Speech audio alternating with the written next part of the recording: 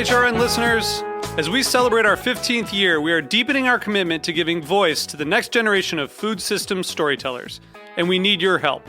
Our internship and fellowship programs help activate new possibilities for underrepresented and underestimated young people through experiential journalism, audio engineering, and production training.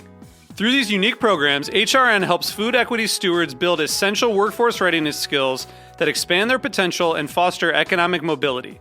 Please consider supporting these critical programs. And with a minimum donation, you can be entered to win a dinner for two at an amazing restaurant in one of 8 cities and tickets to a concert at a great venue in one of those cities. We have incredible partners across the country who have donated, as they also share our passion for helping to educate the next generation of food systems storytellers. Check out heritageradionetwork.org/15 to donate and enter to win today. That's heritageradionetwork.org/15 to donate and enter to win today. And make sure you donate before March 31st. Thank you. Today's program has been brought to you by S. Wallace Edwards & Sons, third-generation cure masters producing the country's best dry-cured and aged hams, bacon, and sausage. For more information, visit surreyfarms.com. You're listening to Heritage Radio Network, broadcasting live from Bushwick, Brooklyn. If you like this program, visit heritageradionetwork.org for thousands more.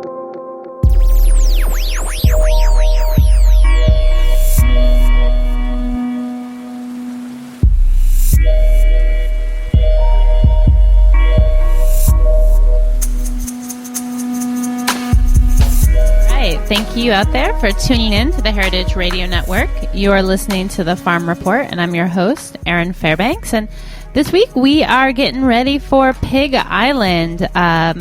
Lots of piggy goodness coming to Brooklyn on September 7th. Definitely check out full details of the event at www.pigisland.com. And we are going to be connecting today with an old friend, Mike Yezzi of Flying Pigs Farm. Mike, welcome to the show. Hi, Erin. Glad to be here. So I heard through the grapevine that you're going to be providing some of the pigs for Pig Island this year, and I wanted to kind of get the lowdown. It's been a while since we've checked in and had you on the show, so I thought we would probably start off with a little bit of background for folks who aren't familiar on Flying Pigs. If you can just give us a little bit of a sense of, you know, where you're located and the size of your operation. Sure. Flying Pigs Farm, the farm I run is a pasture-based rare breed pig, meat, chicken, and laying hen farm. We're in southern Washington County, about 200 miles from New York City. We're as north as Saratoga and right on the Vermont line. And been pasture raising rare breed pigs since 2001, and coming down to the green markets since 2001. We sell at Union Square Friday and Saturday, and Grand Army Plaza on Saturday, and then also provide pork to a number of restaurants in New York and Brooklyn. Excellent. So, well, you know, you definitely threw out a lot of words that I think our listeners really like to hear, but I want to go back and tuck in a little bit.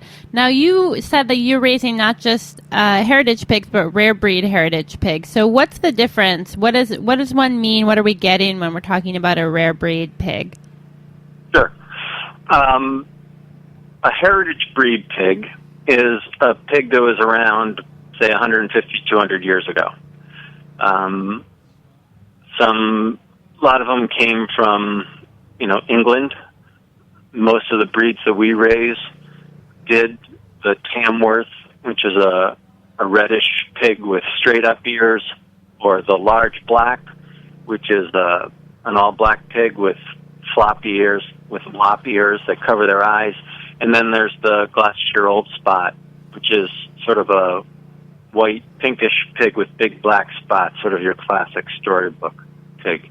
All those were originally from England, and they were imported here in the 1800s and have been around since. And a heritage breed would be distinguished from, say, a commercial hybrid produced by a hog breeding operation, a company that produces pigs for the sort of industrial agribusiness world, or just a cross, just sort of a mutt, if you will. So we work with these older breeds.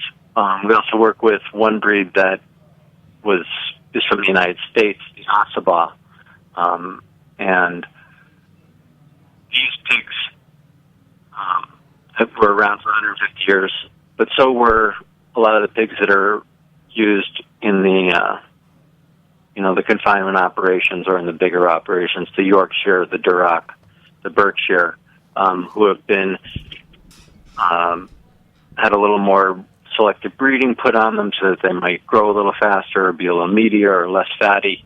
Ours haven't had any of that sort of selective breeding, so we say they haven't had all the fat and flavor bred out of them. There's still a lot of cover on them, nice marbling, and the rare part is that there's worldwide populations of between 2,000 and 5,000 of the breeds that we're raising. So the large black, the Ossabaw, the Gloucestershire Old Spot, there's fewer than 2,000 pigs of these, and fewer than 5,000 of the Tamworth. That's according to the American Livestock Breeds Conservancy, who monitors rare livestock breeds or monitors livestock breeds in the United States. So when we bought a farm to keep it from being developed, we wanted to help preserve agriculture by preserving the land, but also wanted to use the land to help preserve some of these great breeds. And so we started raising the rare breeds and found that it's some really excellent pork. Yeah, I was going to say, you're like not just in it for the challenge and the excitement of procuring and raising rare animals, but also quite delicious once it hits the plate. Now, one of the other things that I feel like people often ask about pork is it grass-fed? And so I just want to clear that up. Why don't we see grass-fed hogs around or out on the marketplace? Sure. Pigs, and chickens for that matter, are single-gutted animals like we are. They have one stomach, where cows and sheep are ruminants and they have multiple stomachs. Single-gutted animals like us don't do as well on an all-grass diet as a ruminant does. It's differences in digestion.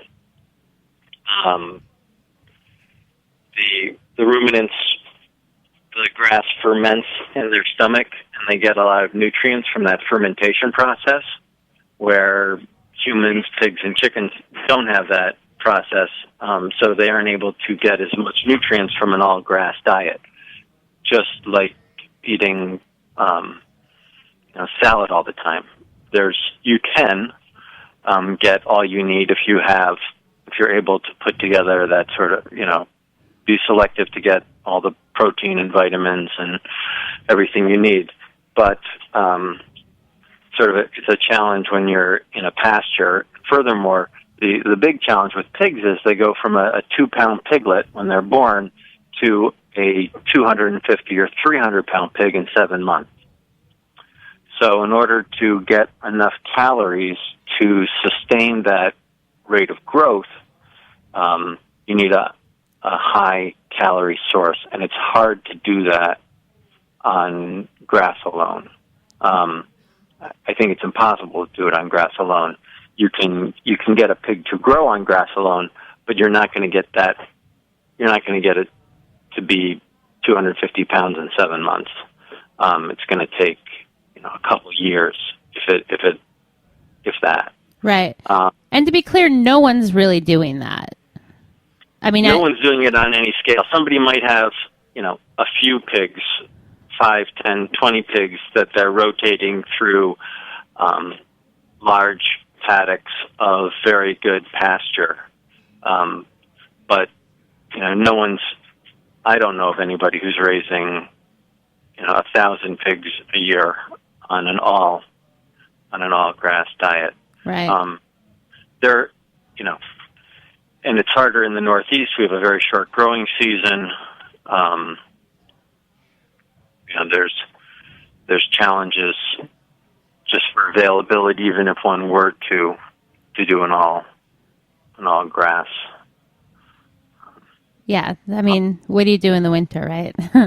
Well, yeah, so you'd have to hay, but then and then you're feeding them hay for the winter. But yeah.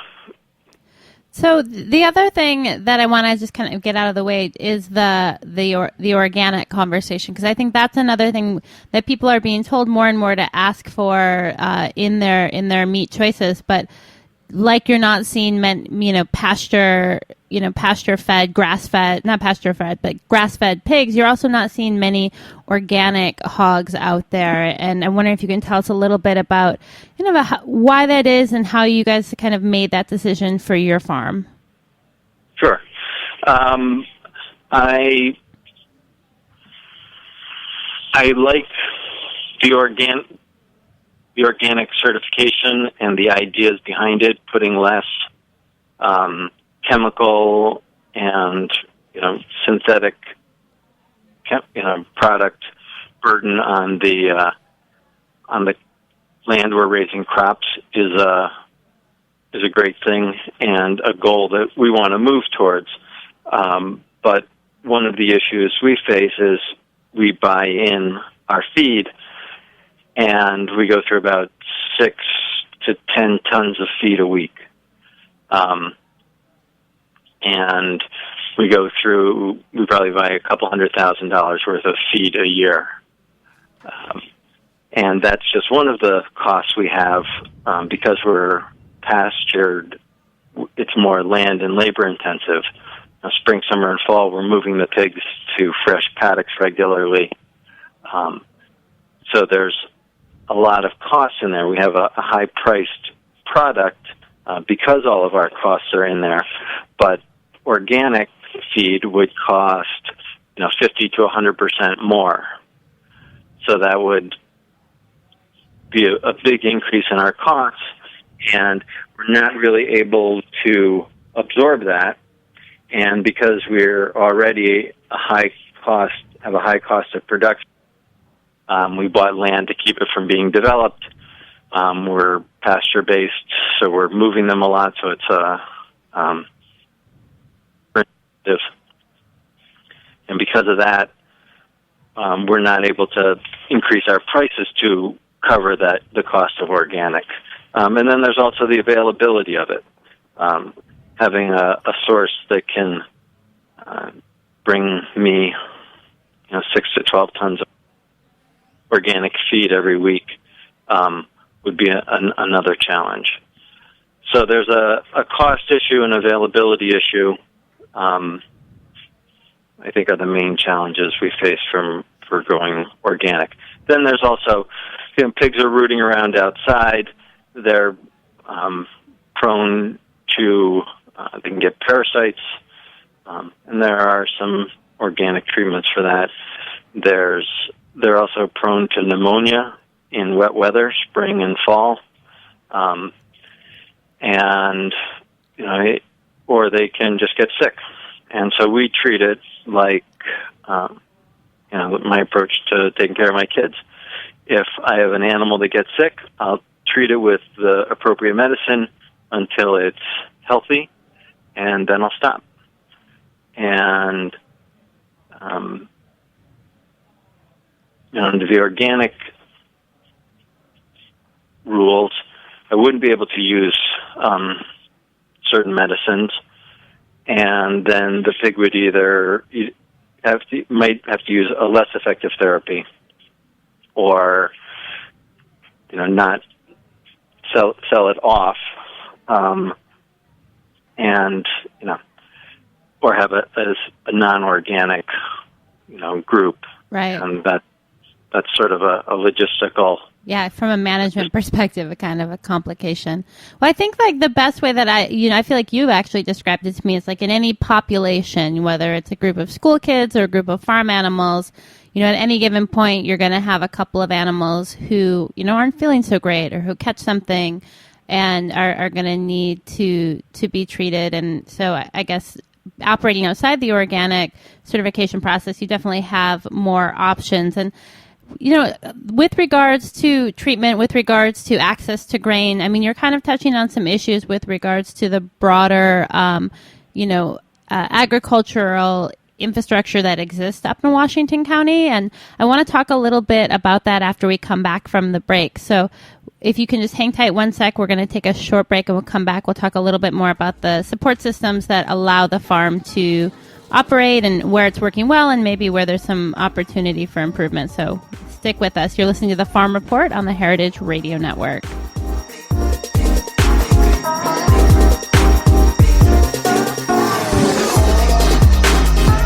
You're listening to Radio Raw by Obesity on the heritageradionetwork.org.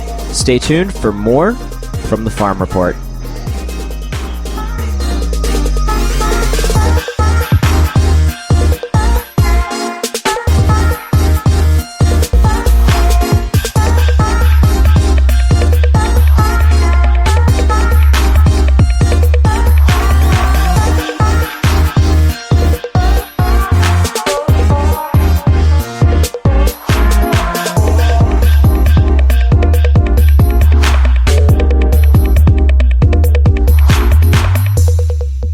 Today's program has been brought to you by S. Wallace Edwards & Sons.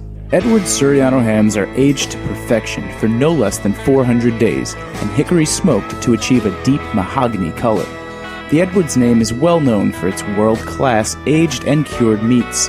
Their exclusive curing and aging recipe produces a unique flavor profile that enhances the quality characteristics of Berkshire pork.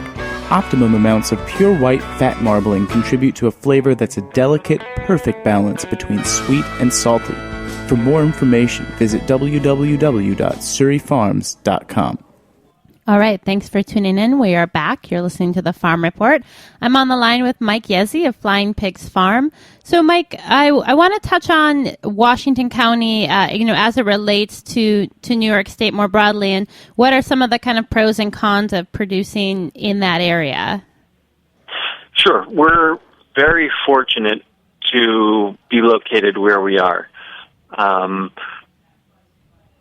As I said, we're about 200 miles from New York City. We're about the same distance from Montreal and Boston. We only really sell in New York City. We do a little mail order across the country, but we have a nice central location to some really big markets, and there's also an advantage we have that all of the agricultural infrastructure is still in place here. There's a lot of larger dairies, and that helps support the agricultural infrastructure. We still have 3 or 4 tractor supplies. We have 3 or 4 feed dealers. We have a couple auction barns where people can get rid of, where they can sell their animals. So we have the hardware stores, and you can still get diesel conveniently. So the mix of the larger farms and the smaller farms like mine helped keep that infrastructure in place, and that isn't the case. And of course, with livestock, an important thing is veterinary care. So we still have a nice, strong, large animal veterinary practice in the next town over. Compare that to Maine, which has one large animal vet in the state. I have a friend who raises beef in New Hampshire, and he says, if I want a part for my tractor, I have to go to New York State and get it, or wait for it to come from Japan. There just isn't the agricultural infrastructure in New England that we're fortunate enough to still have. sort of the eastern front of agriculture. There's plenty of farming that's going on in Vermont. Don't get me wrong, we get our feed from a feed dealer in Vermont, but it's not on the scale that around here. There isn't the density to help support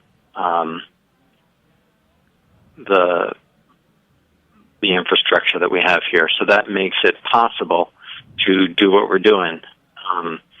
And there's a number of other local farms that are smaller that come down to the city and are able to take advantage of the location here. Yeah. Well, I'm wondering, I think often of New York State being a dairy state, milk producing state, having lots of farms across the state raising cows. What is it like for pigs? I mean, there's not too many people, I think, in the state or in the country who are kind of doing what you guys are doing. And I'm wondering if that's because, you didn't know any better or it's just too difficult, or kind of if you're seeing any change in that landscape with regards to pork production. Well, when we started in 2001, there were not a whole lot of people raising, small farmers raising pork. The folks who remember the green market back then, there wasn't a whole lot of protein in the market. There was some, but there wasn't a lot, and a lot of it was seasonal. People would have 2 or 3 or 4 pigs available in the fall. And when we came in, we just had 14 pigs our first year when we were at Borough Hall, but that grew to 57 to 120 to 180, and we'll be pushing 1,000 pigs that we're finishing in this year probably. So we've had a lot of growth and support from the great customers at the green markets and the chefs that we work with in New York City. A lot of information has been put out by the great publications in New York Magazine and the New York Times, among others. We've had some favorable press there, but also just highlighting the issues of local, the problems with the industrial meat system, the health problems, the E. coli and listeria outbreaks have all brought, I think, more people to local, towards sustainable meats in general, brought them to the green markets, and it's helped us. And it's also brought in other people raising pork. There are more people raising pork and selling it at the green markets, at all the markets we do. People who used to sell a little bit are now selling more. It's great. It's good food for the consumers and the restaurant customers in New York, and their food dollars are helping to keep upstate New York green and in agriculture and supporting their food security by keeping the source close. One of the things I'm sure you must have noticed over your years in business is, there's a lot of different ways to slice a hog. You can make kind of different decisions about what cuts, what style of cuts, how much you use to grind for sausage. Have you noticed any kind of shifting trends in what people are asking for? I mean, we definitely hear a lot about the rise, a few years ago of pork belly and, kind of certain offcuts kind of coming to the forefront of notable restaurants throughout the city. But as someone who's kind of dealing, on the retail end and also kind of on the wholesale end with chefs, have you seen shifts in what people are asking for, or what cuts are selling more or less, and any kind of, tips for folks out there looking for something a little outside of the norm or something maybe, new to try? Sure. Well, belly went through a boom, and it's still popular. It's because it's so delicious. But that's also the bacon. So fresh belly or bacon is the belly of the pigs, and that's our bacon is great and popular. So we sell a lot of that. Pork chops, tenderloin, people know what to do with that, and that's nice and tender and delicious, and people like that. So then you're left with, we do some smoked hams. We sell those to 5 of the Jean-Georges restaurants as well as to the farmers market, and that's well received. But there are still some other parts, trotters, shanks, that, the pork shoulder, the pork butt, that people aren't as familiar with. And so we did a lot when we started, spent a lot of time familiarizing people with those cuts, and braising, and the great results you can get from braising. Peter Hoffman at Savoy was one of the ones who gave us a lot of advice early on about this, how great the shoulders are, and that with some time and you can bring out that richness and get a rich, tender, wonderful meal out of an otherwise pretty tough cut. So shoulder and butt are popular for us, but I have some extra ears if anybody's interested. I have plenty of extra trotters, and there are a few cuts like that, or even shanks that we can produce more of than people will buy at the farmers market. But we also have 14 kinds of sausage, so any of the cuts that we're getting a little heavy on, we can always turn into sausage and keep that supply going. Excellent. So, circling back to Pig Island, how are we going to be able to find your pigs once we make our way over to the Pig Island space down in Red Hook? Sure. We will be providing about 15 200 to 225-pound pigs to Pig Island this year. So we're very excited about that, and so most of the chefs there will be using our pork. We're glad to be working with Jimmy from Jimmy's 43 and Carmel Food Projects who are putting on the event.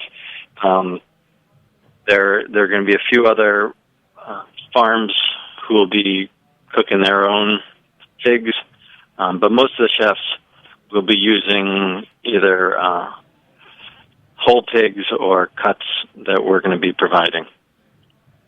Awesome. So what about you and for you and your family, what's the kind of go-to pork cut for you guys?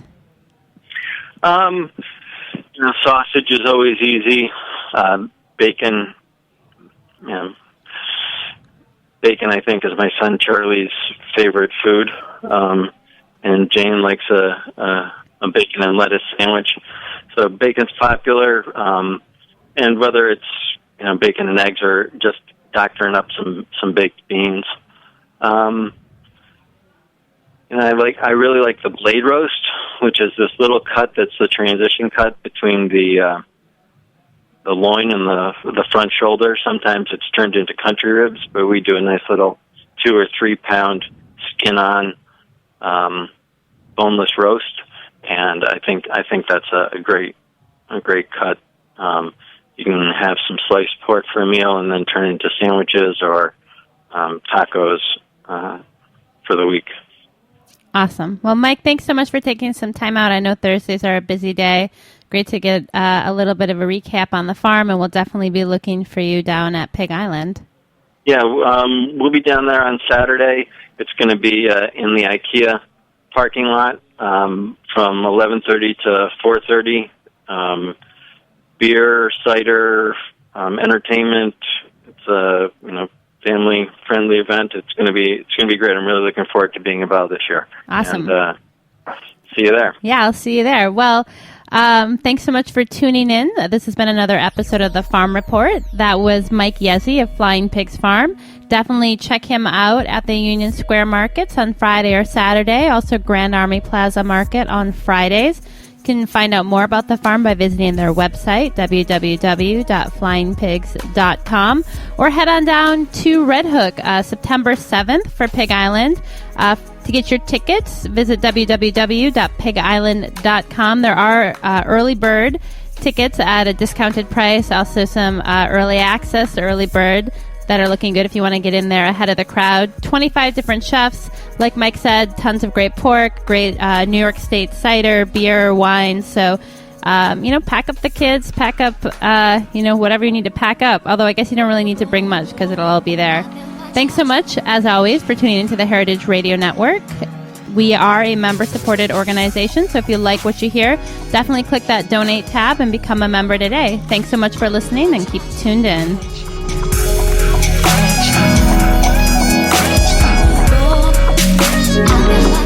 Thanks for listening to this program on heritageradionetwork.org. You can find all of our archived programs on our website or as podcasts in the iTunes Store by searching Heritage Radio Network. You can like us on Facebook and follow us on Twitter at @heritage_radio. You can email us questions at any time at info@heritageradionetwork.org. Heritage Radio Network is a non-profit organization. To donate and become a member, visit our website today. Thanks for listening. I've been watching you.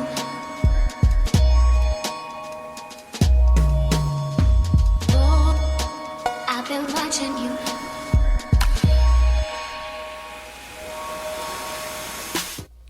Today's program has been brought to you by Consider Bardwell Farm, the first cheese-making co-op in Vermont.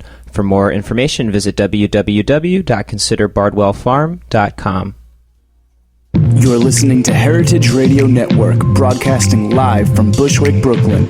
If you like this program, visit heritageradionetwork.org for thousands more.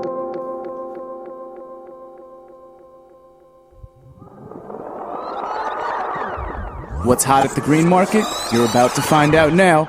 It's the Grow NYC Market Update.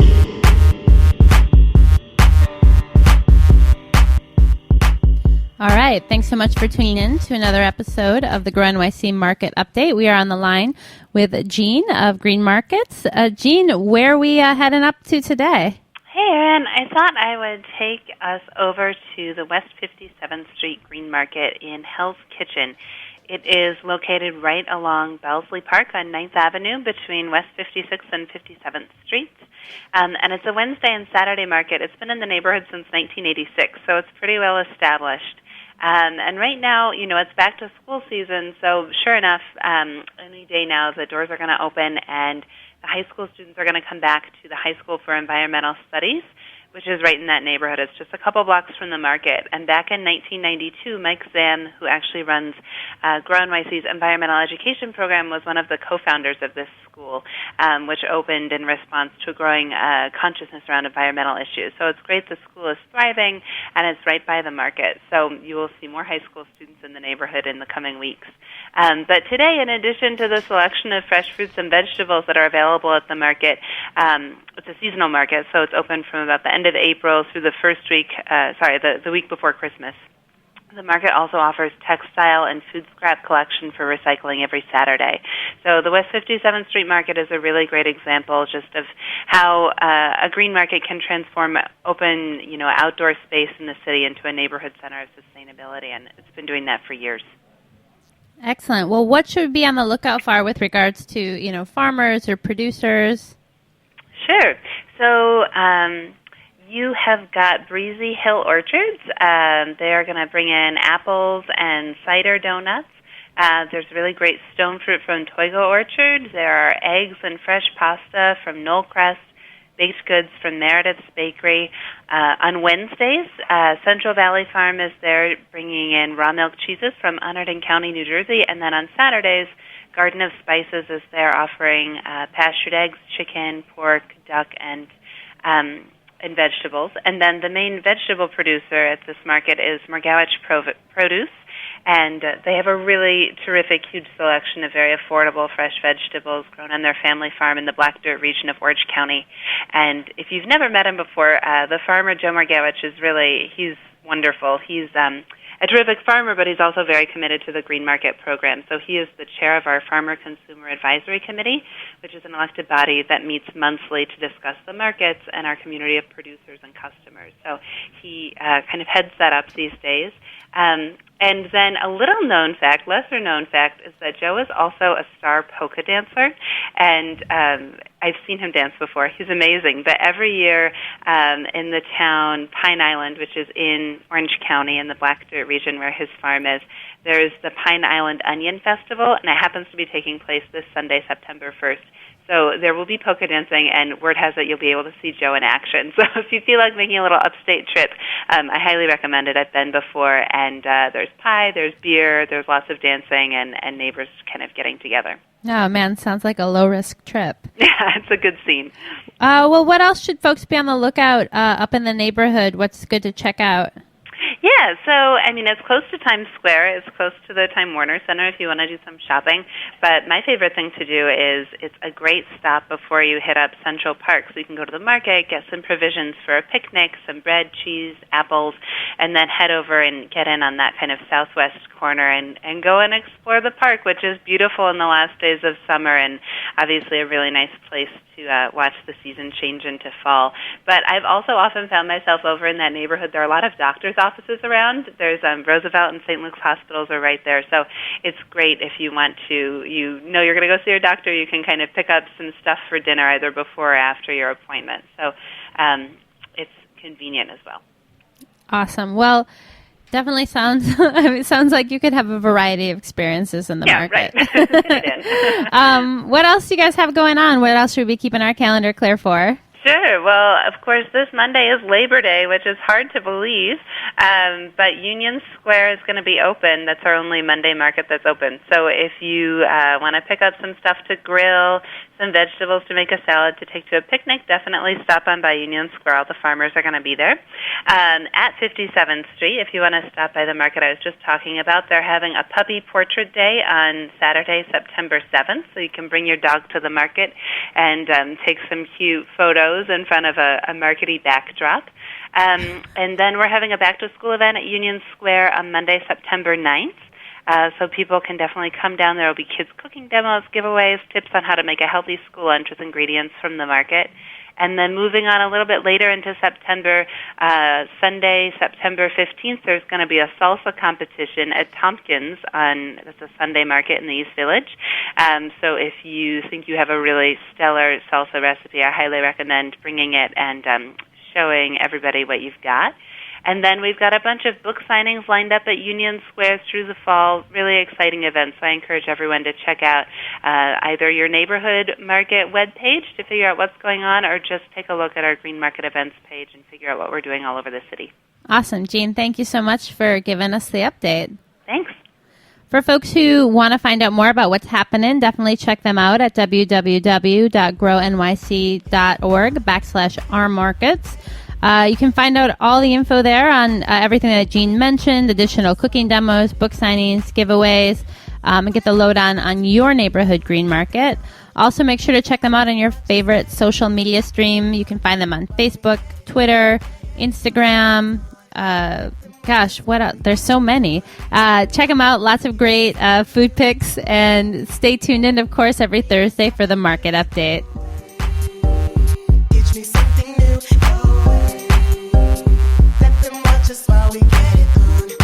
Thanks for listening to this program on heritageradionetwork.org. You can find all of our archived programs on our website or as podcasts in the iTunes Store by searching Heritage Radio Network.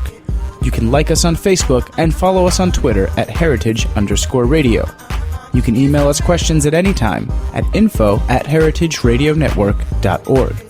Heritage Radio Network is a non-profit organization. To donate and become a member, visit our website today. Thanks for listening.